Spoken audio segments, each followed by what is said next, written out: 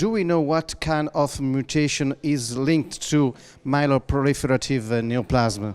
We do. We know a large number of mutations. There are three main ones, CALR and JAK2 are the big two, and then MPL or MIPL is the third. So those are present in about 90% of patients with a myeloproliferative neoplasm. And then in addition, there are a whole variety of other mutations that can occur on top of one of those three. You said that this mutation is found in 90% of patients. What are the implications in the management of the disease?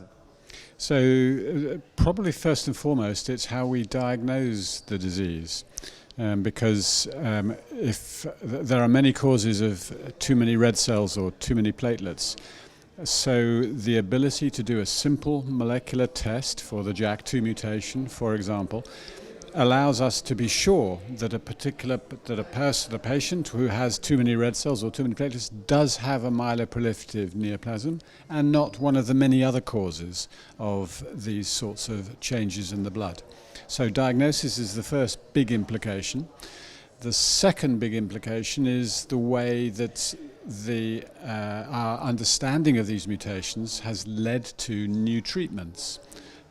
Inhibitors that target JAK2, for example, are now used in myeloproliferative neoplasm patients, but also in many other diseases now.